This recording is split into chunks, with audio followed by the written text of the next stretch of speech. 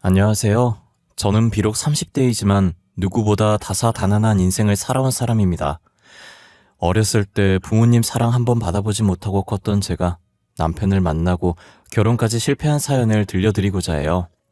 지금은 우연한 기회로 부모님을 두 분 다 찾았긴 했지만 썩 기분은 좋지 않네요. 좋은 부모님은 아니셨거든요. 어릴 때 제 기억으로는 항상 부모님은 싸우고 계셨어요. 아빠는 형사셨는데 매일같이 다치고 들어오셨고, 엄마는 선생님이셨는데 그런 아빠의 직업을 정말 싫어하셨어요. 두 분이 그렇게 맞지 않았으면 결혼을 하면 안 됐었는데 중매쟁이를 통해 만나서 결혼까지 했다고 하더라고요.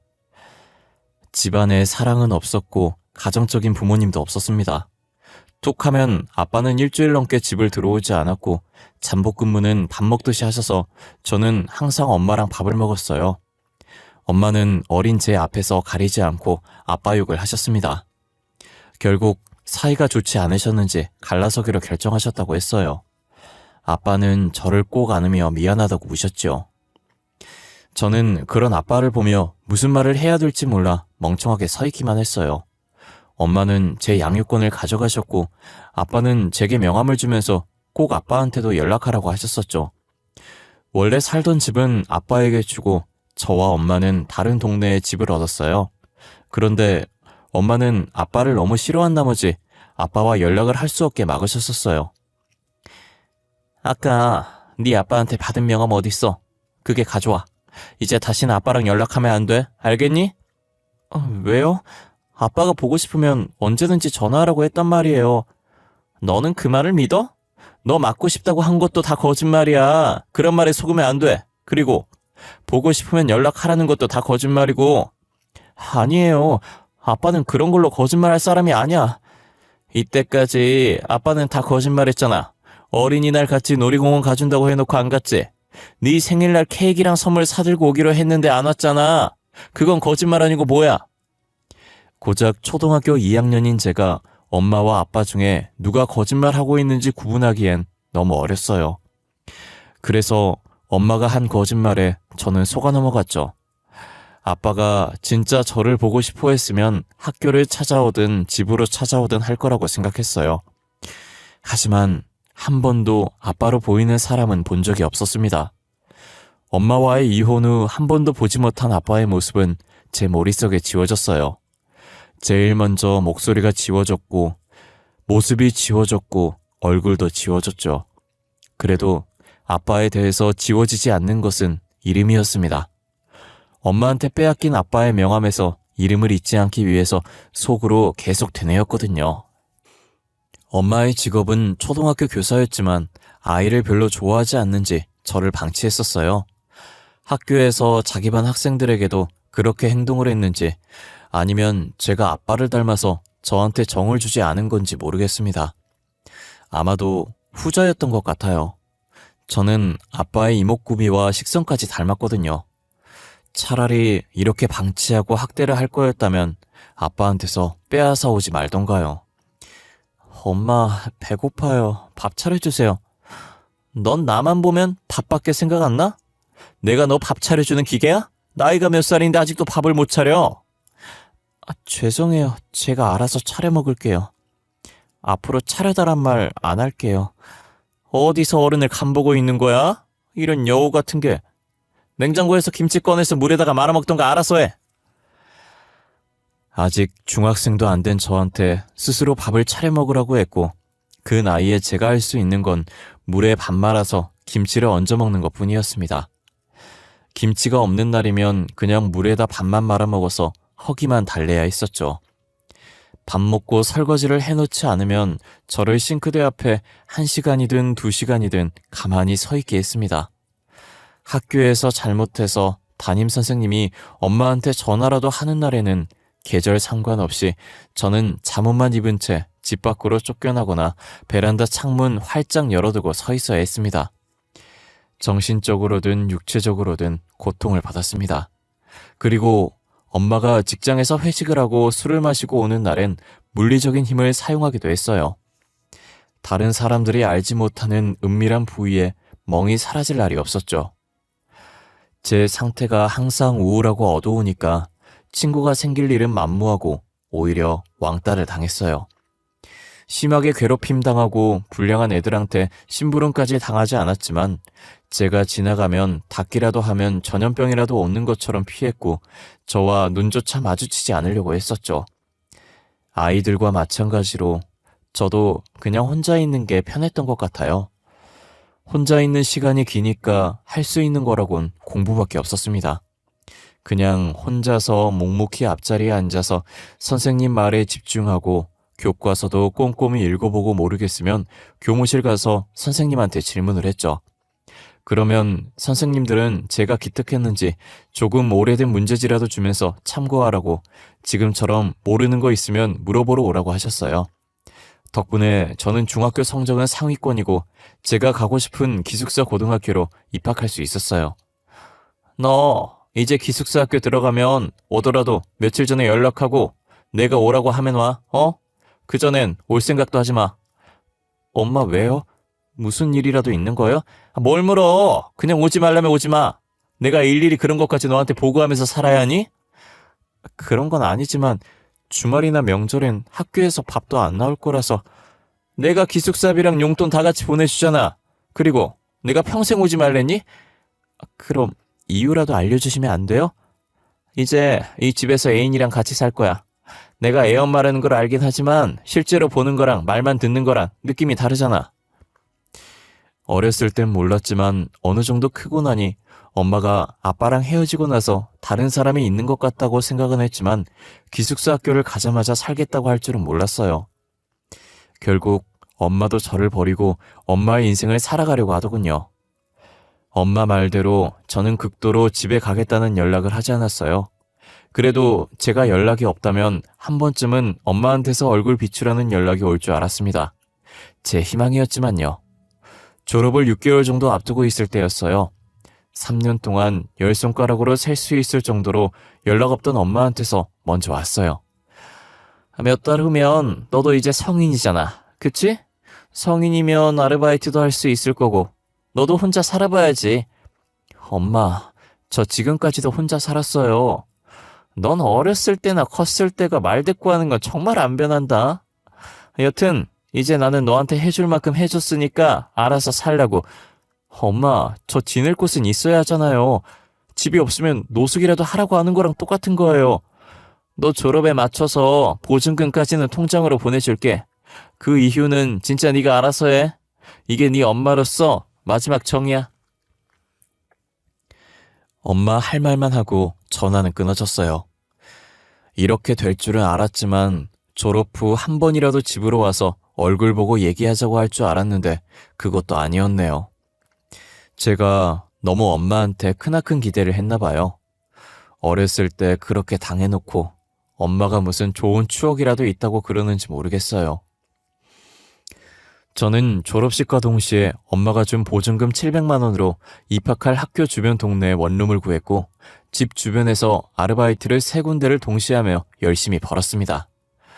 하루하루 힘겹게 열심히 살아가는 저를 보며 카페 사장님이 궁상 맞아 보였는지 소개팅 한번 해보라고 하셨어요. 처음엔 제가 지금 그럴 처지가 못 되니 싫다고 말했는데 사장님은 딱 한 번만 만나보라며 부탁하더라고요. 아이 수정씨, 그렇게 아등바등 살아서 뭐해. 20살 초반인데 연애도 하고 놀러도 다니고 그래야지. 아니에요. 저는 지금 생활도 바빠서 남자 만날 시간도 없어요, 사장님. 소개는 안 받을게요. 아니, 그러지 말고 한번 만나서 밥이라도 먹어봐. 혹시 또 알아? 내 덕분에 수정씨 인생 활짝 필 수도 있잖아. 정말 괜찮아요. 지금 학교 다니고 아르바이트 한다고 만날 시간도 없어서 그래요, 사장님. 진짜 좋아하는 사람 생기면 알아서 시간도 생길 거야.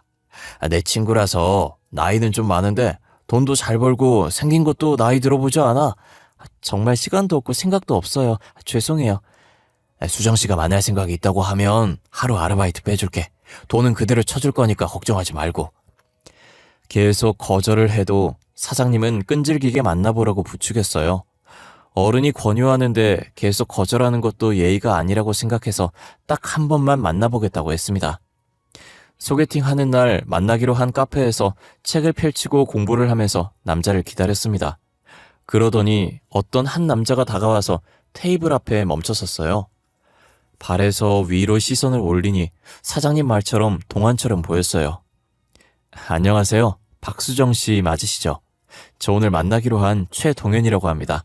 반갑습니다. 네, 안녕하세요. 박수정이라고 합니다. 반갑습니다. 오늘 평일이신데 직장은 안 나가셔도 되나요?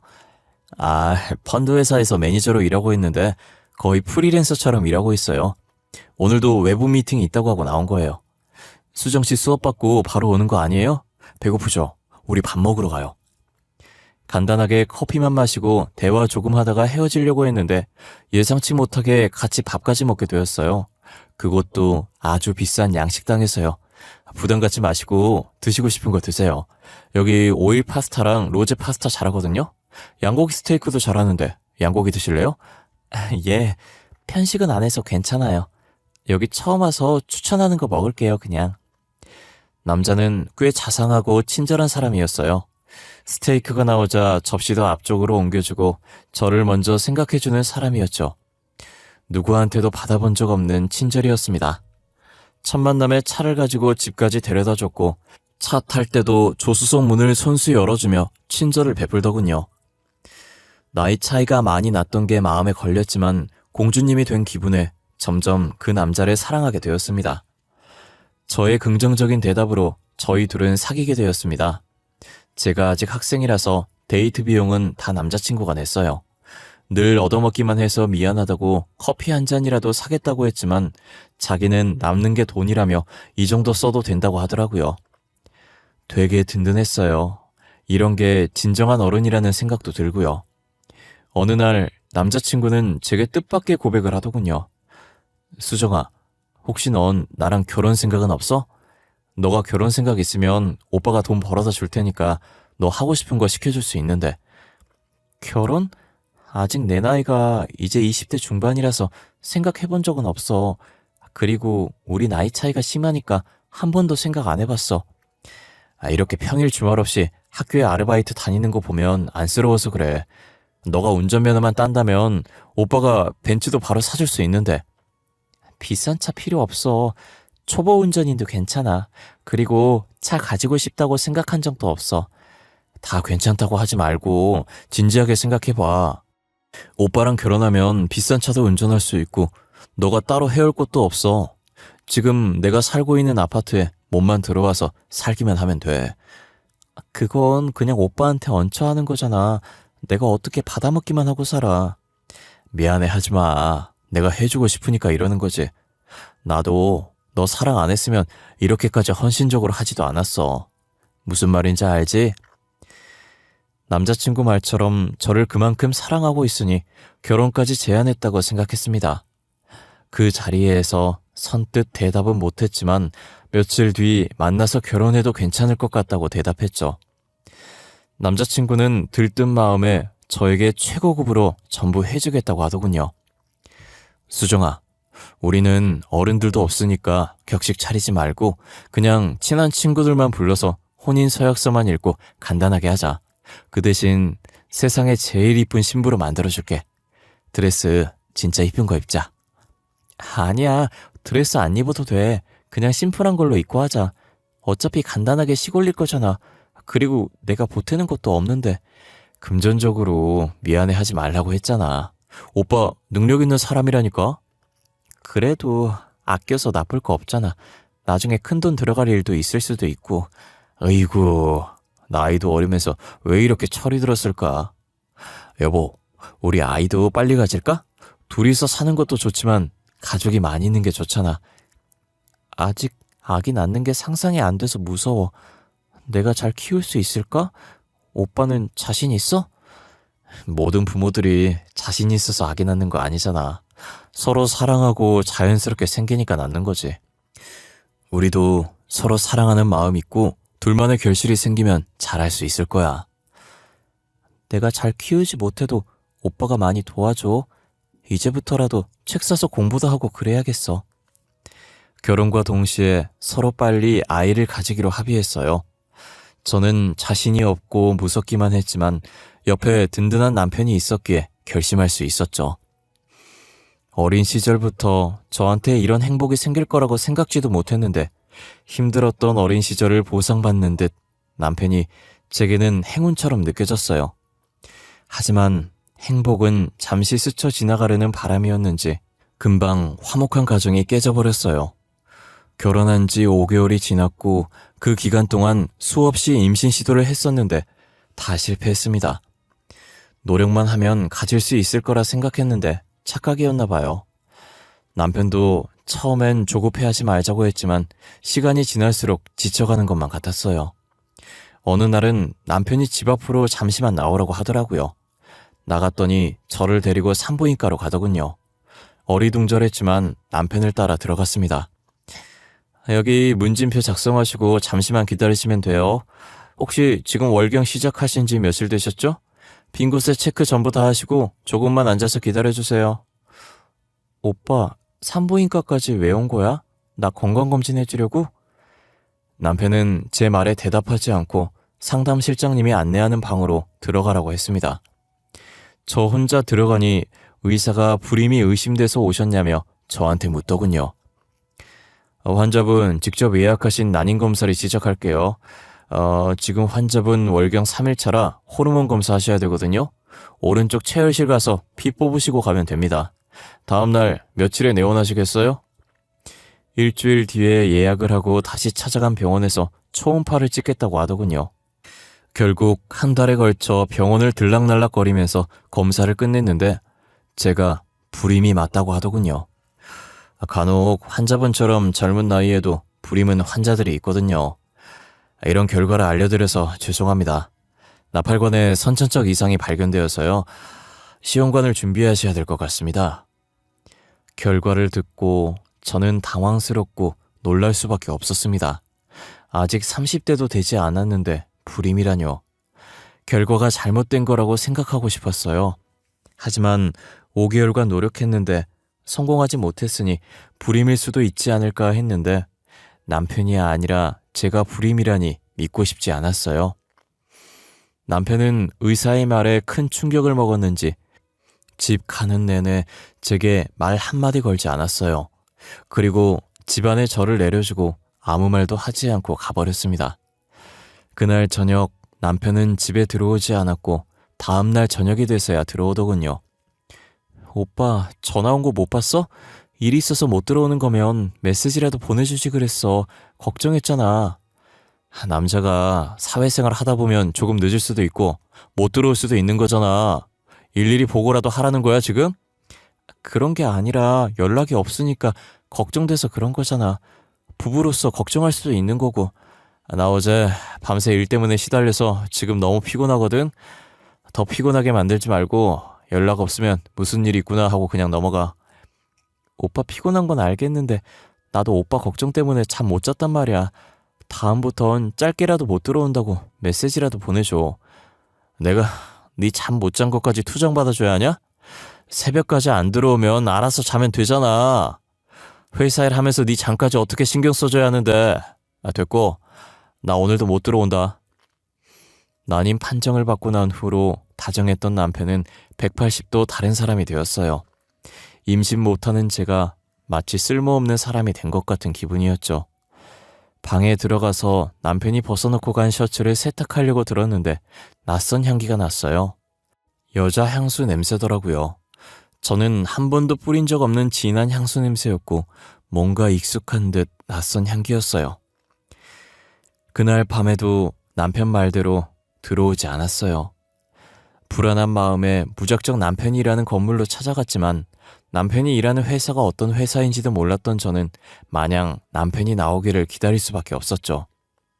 한없이 회사 벤치에서 기다리고 있는데 지하 주차장에서 남편 차가 나오는 거예요. 도로에 정차되어 있는 택시를 타고 기사님한테 남편 차를 뒤쫓아 달라고 했어요. 남편을 미행한 지 15분쯤 되었을 때 익숙한 동네가 보이더군요. 이 동네에서 어린 시절 엄마랑 같이 살던 동네였는데 그리고 남편은 큰 아파트로 들어가 버렸죠. 몰래 남편 뒤를 따라가며 계단 밑에 숨어서 봤는데 옛날 제가 살던 집 앞에서 멈추더군요. 대체 이게 무슨 상황인지 아무리 생각해도 이해가 가지 않았습니다. 비밀번호는 또 어떻게 알고 있는지, 왜 이 집을 남편이 찾아온 건지, 정신이 없어진 저는 무의식적으로 남편 따라 그 집에 들어가고 말았어요. 오빠, 이게 어떻게 된 일이야? 왜 여기 있는 건데? 자기야, 왔어? 안 들어오고 문 앞에서 뭐해? 야, 박수정, 여긴 어떻게 알고 온 거야? 설마 나 의심돼서 미행한 거냐? 박수정? 내 딸 박수정? 아니, 자기야, 자기가 어떻게 내 딸을 알아? 야, 박수정, 너 뭐야? 내가 평생 얼굴 보지 말자고 말했는데 감히 내 집을 들어와? 오빠, 무슨 말이라도 해봐. 제발, 내가 생각하는 그런 거 아니지? 박수정, 네가 설명해봐. 너 내 남친 어떻게 알았어? 설마 둘이 사겨? 최동현, 가만히 있지 말고 빨리 말해보라고. 엄마, 저 사람 제 남편이에요. 5개월 전에 결혼했어요. 알고 지낸 지 1년 됐고요. 저도 지금 엄마 집에 왜 남편이 들어온지 모르겠는데요. 남편? 1년 전에 알았다고? 지금 나랑 장난해? 쟤 나랑 동거한 지 10년이나 됐다고. 너 기숙사 입학하고 나서부터 같이 살았다고. 아이, 짜증나게 하네 진짜. 야, 박수정, 이게 뭐하는 짓인데 소름 돋게 미행이나 하네? 이제 내 사생활까지 넘보겠다 이거냐? 빨리 집에 가라고. 가긴 어딜 가. 너 설마 내 남친 꼬셔냈니? 그런 거야? 이런 여우 같은 게 감히 내 남자를 꼬셔? 그 말과 동시에 엄마는 제 뺨을 내리쳤습니다. 남편은 계속 그 상황을 보고만 있었고요. 10년 동안 엄마를 만났다면 상간녀는 엄마가 아니라 제가 되는 상황이 돼버렸죠. 그 자리에서 저는 이성적으로 생각할 수도 없었고 어떻게 집으로 왔는지도 모르겠습니다. 정신 차려보니 거실 소파에 앉아 있었어요. 삼자 대면한 후 남편은 아예 연락도 받지 않고 집에 들어오지도 않았습니다. 남편과 연락 두절되었고 저는 하루하루 멍하니 집안에만 틀어박혀 있었습니다. 진짜 저를 사랑한다고 생각했던 상대에게 배신을 당해버린 충격은 쉽게 사라지지 않았어요. 제가 상간녀가 되었다는 충격에서 빠져나오지 못하고 며칠 뒤 경찰서에서 연락이 왔습니다. 안녕하세요. 서울 띵띵경찰서입니다. 최동현 씨가 남편 맞죠? 현재 최동현 씨가 수배 중입니다. 가족관계 확인서를 보니 박수정 씨가 아내로 되어 있어서 연락드렸습니다. 네? 남편이 무슨 잘못을 했나요? 잘못 알고 계신 거 아닌가요? 남편은 번듯한 직장에서 일하고 있어요. 사고 칠 사람이 아닌데요. 참고인 신분으로 조사를 받으셔야 해서 내일 오후 3시까지 저희서로 출석해 주십시오. 담당 형사는 강력 2팀 박수영 형사입니다. 전화를 받고 정신없이 준비하고 경찰서로 갔고 안내받은 대로 담당 형사를 찾아갔습니다. 형사의 이름을 처음 들었을 땐 남편의 사기 소식에 놀라서 신경을 쓰지 못했는데 경찰서에 도착해서 책상 앞 이름표를 보고 나서 멈칫했습니다. 자리를 비웠던 형사는 저를 발견하고 자리에 앉으라 했고 조사를 시작했습니다. 지금부터 조사 시작하겠습니다. 본인은 이제 참고인 신분이며 이 조사의 취지는 참고인이 범인과 사기를 동조했는지 판가름하기 위해서입니다. 참고인, 이름과 나이는 어떻게 됩니까? 박수정입니다. 나이는 올해 26살이고요. 저 그런데 혹시 형사님 따님 이름이 어떻게 되나요? 형사의 딸 이름을 묻는 저를 보고 이상하게 쳐다보더라고요. 저는 간절한 눈빛으로 형사를 바라봤습니다. 너무 어릴 때 헤어진 아빠라 얼굴도 기억나지 않아서 혹시나 싶은 마음으로 물었거든요. 제가 딸이 있는 건 어떻게 알았죠? 그러고 보니 제 딸 이름도 박수정이네요. 오래전부터 연락이 끊겨서 제 딸도 참고인과 같은 나이네요. 형사님, 혹시 저희 아빠 아니세요? 저희 엄마 띵띵 초등학교 교사고 두 분 다 10년 전에 이혼하셨었는데 그걸 어떻게... 진짜 수정이 내 딸 맞아? 아빠가 그렇게 보고 싶어 했던 딸... 그동안 어떻게 지냈던 거야? 아빠가 진짜 보고 싶었어. 저도 아빠 보고 싶었어요. 진짜 보고 싶었어요, 아빠. 아빠와 저는 서로 부둥켜 안고 울면서 갑작스럽게 경찰서에서 부녀 상봉을 하게 됐습니다. 주위의 사람들이 다 쳐다봤지만 지금은 그렇게 중요하지 않았죠. 한참을 아는 채로 울다가 조금씩 진정이 되었고 아빠는 조사실 가서 마저 얘기하자고 했습니다. 수정아, 그동안 잘 지냈어? 어렸을 때 헤어져서 살이 빠진 건지 모르겠지만 왜 이렇게 말랐어? 밥은 챙겨 먹고 다녀? 건강은 어때? 잘 지냈었어요. 건강하고요. 아빠는요? 잘 지내셨어요? 죄송해요. 저는 어렸을 때라 아빠가 기억이 안 나요. 수정아, 어쩌다가 저런 놈한테 시집을 간 거야. 저놈은 사기 전과 10범인데 하도 도망을 잘 가서 수배까지 떨어졌어. 이때까지 저놈이랑 한 집에서 살았던 거야? 그 집 나와서 아빠랑 같이 살자, 응? 아빠 말대로 사기꾼 남편을 피하기 위해서 아빠 집으로 들어갔습니다. 같이 살지 않은 횟수가 10년이 되어서 서먹했습니다. 하지만 서로에게 적응하려고 정말 많이 노력했습니다. 그런데 아빠가 뜻밖의 말을 해주더군요. 그동안 왜 아빠 연락을 안 받은 거야? 아빠가 그렇게 미웠어? 네? 엄마 말로는 아빠가 절 싫어해서 엄마한테 버린 거라고 했어요. 그래서 아빠가 준 명함도 엄마가 버렸어요. 보고 싶으면 연락하라는 것도 거짓말이라고. 그런 걸 거짓말하는 부모가 어딨어? 엄마랑 이혼하고 나서 너한테 연락이라도 올까봐 명함에 있는 번호 그대로 쓰고 있었어. 아빠는 늘 거짓말만 하는 사람이라고 했었어요. 오히려 아빠가 절 버렸다고 해서. 어렸을 때 너한테 지킬 수 없는 약속한 건 맞지만 거짓말은 아니었어. 난 언제든 널 데리고 오려고 너희 엄마한테 연락했는데 너희 엄마는 한 번도 연락을 주지 않더구나. 엄마한테 연락하셨었어요? 저는 몰랐어요. 아빠와 같이 살게 되면서 제일 먼저 한 건 서로에 대한 오해를 푸는 일이었어요.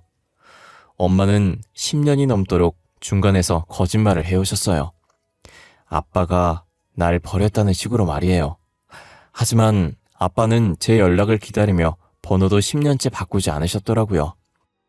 그렇게 아빠와 같이 산 지 지금은 2년이 다 되어가네요. 여러분께 제 사연을 제보해야겠다고 마음먹은 이유도 최근 있었던 일 때문인데요. 처음 보는 번호로 연락이 와서 받았는데 엄마였어요. 그때 전 남편 옆에서 뺨을 맞은 이유로 엄마와 첫 통화였어요. 그런데 엄마가 전화를 건 이유를 듣고 평생 죽을 때까지 엄마를 저주하고 싶었습니다. 수정이니? 엄마야. 지금 어디서 어떻게 지내고 있어? 지금 엄마가 자궁암 판정을 받아서 아파. 근데 간호할 사람이 없어서 연락했어. 네? 그런데요? 그게 저랑 무슨 상관인가요? 저한테 간호를 바라고 연락한 건가요, 설마? 당연히 네가 내 딸인데 딸로서 엄마가 아프면 간호해야지. 내가 이때까지 널 얼마나 아꼈는데. 자식된 도리로 엄마 병원비 정도는 보태줄 수 있잖아? 딸보다 중요한 남편이었잖아요. 최동현 씨 말이에요. 비록 혼인신고 없이 동거만 했다고 해도 10년이면 사실혼이에요. 그 자식 사기꾼이었어. 교도소 들어가서 징역 살고 있다고. 네가 엄마 난자 뺏어서 결혼했으니까 속죄하는 셈 치고 간호랑 병원비 내주면 되겠네. 엄마, 양심 없으세요?